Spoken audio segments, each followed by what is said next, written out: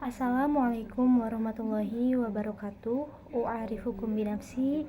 Ismi Siti Rofi'ah. Ana min kismi ta'limi lughatul arabiyyah.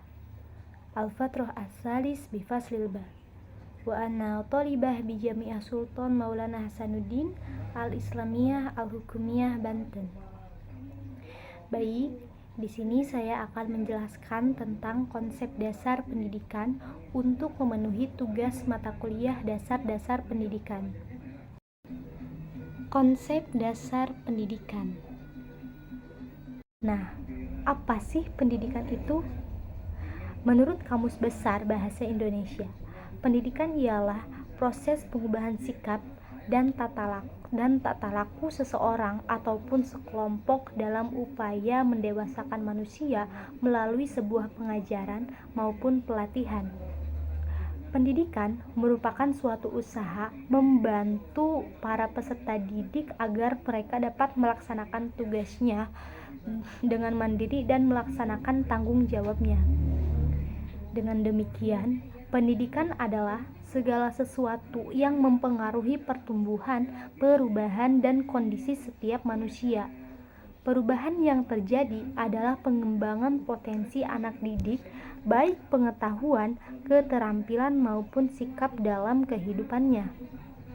Nah, Ki Hajar Dewantara pernah berkata bahwasannya mendidik dan mengajar adalah suatu proses memanusiakan manusia, sehingga harus memerdekakan manusia dalam segala aspek kehidupan, baik secara fisik, mental, jasmani, dan rohani. Itu pandangan beliau tentang pendidikan.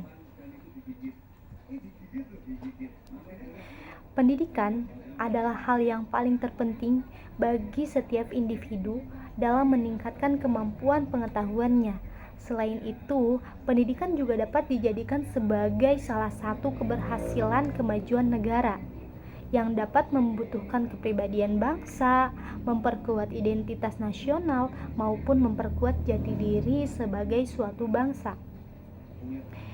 Menurut Ahmad D. Rimba, pendidikan ialah suatu bimbingan yang dilakukan secara sadar oleh pendidik kepada peserta didik dengan tujuan membentuk kepribadian yang utama secara jasmani maupun rohani.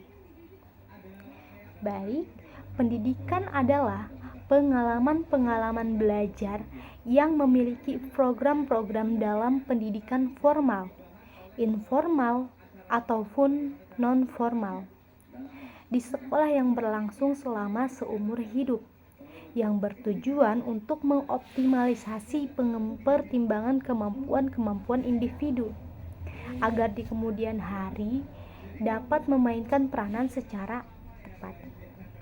Next. Pendidikan sangat penting bagi semua orang yang bertujuan untuk mencerdaskan, mengembangkan potensi dalam diri. Dengan semakin bertumbuh dan berkembangnya setiap individu, mereka bisa memiliki kreativitas, pengetahuan yang lebih luas, kepribadian yang baik, dan juga menjadi pribadi yang bertanggung jawab. Baik, selanjutnya kita akan membahas tentang tujuan pendidikan. Apa saja sih tujuan pendidikan itu? Di sini kita akan lihat bagaimana Al-Ghazali memandang kepada tujuan pendidikan itu. Menurut beliau, arah dan tujuan belajar dan pembelajaran itu ada 3. Yang pertama adalah penguasaan ilmu, yang kedua adalah pengamalan ilmu, dan yang ketiga adalah sikap batin yang baik dan dekat kepada Allah Subhanahu wa Ta'ala.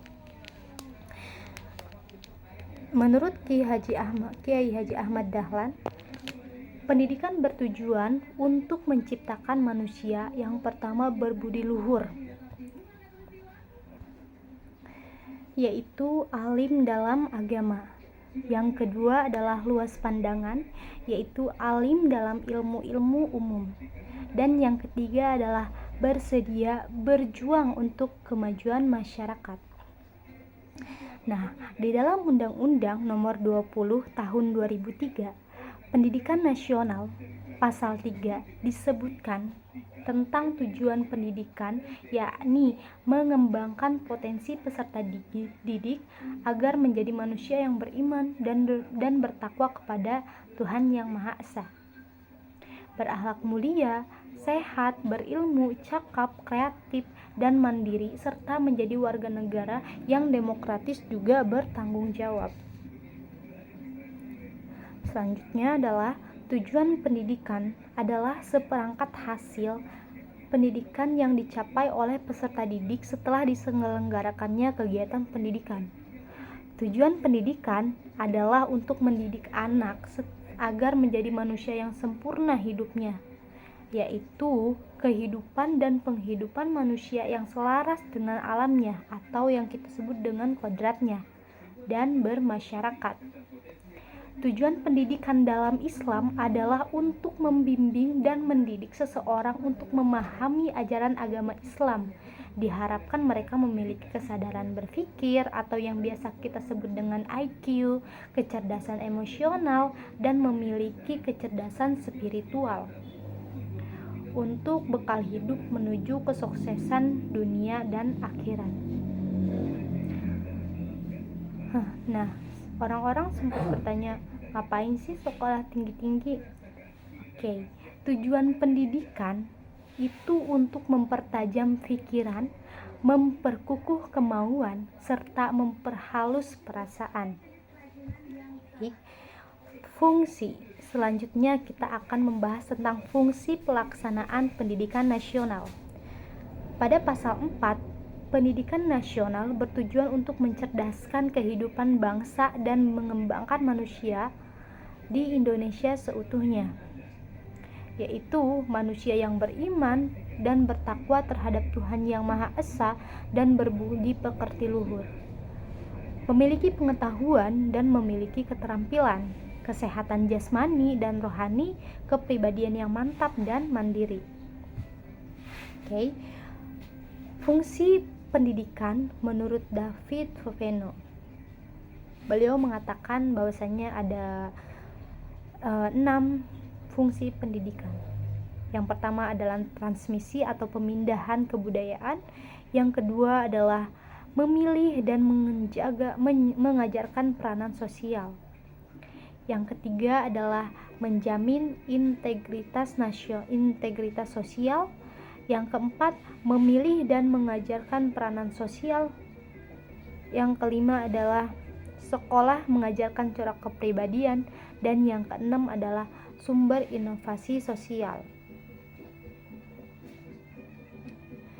Baik, fungsi pendidikan di Indonesia: mempersiapkan anggota masyarakat untuk bisa mandiri dan mampu mencari nafkahnya sendiri, membangun dan mengembangkan minat dan bakat setiap manusia untuk kepuasan pribadi dan kepentingan umum, melaksanakan pelestarian budaya, memberikan sumber inovasi sosial dalam bermasyarakat.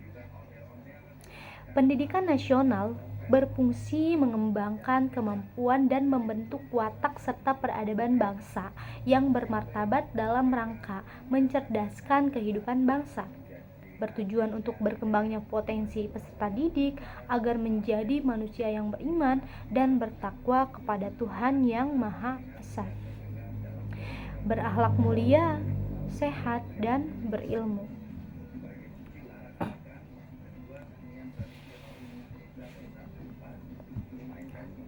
Selanjutnya adalah pendidikan adalah senjata paling mematikan di dunia. Dengan pendidikan, Anda dapat mengubah dunia. Nelson Mandela. Mungkin hanya sekian yang dapat saya sampaikan. Kurang dan lebihnya mohon dimaafkan. Saya Siti Rofiah dengan NIM 221220040 kelas PBA 3C. Mohon maaf atas segala kekurangannya. Syukron ala ihtimamikum. Wassalamualaikum warahmatullahi wabarakatuh.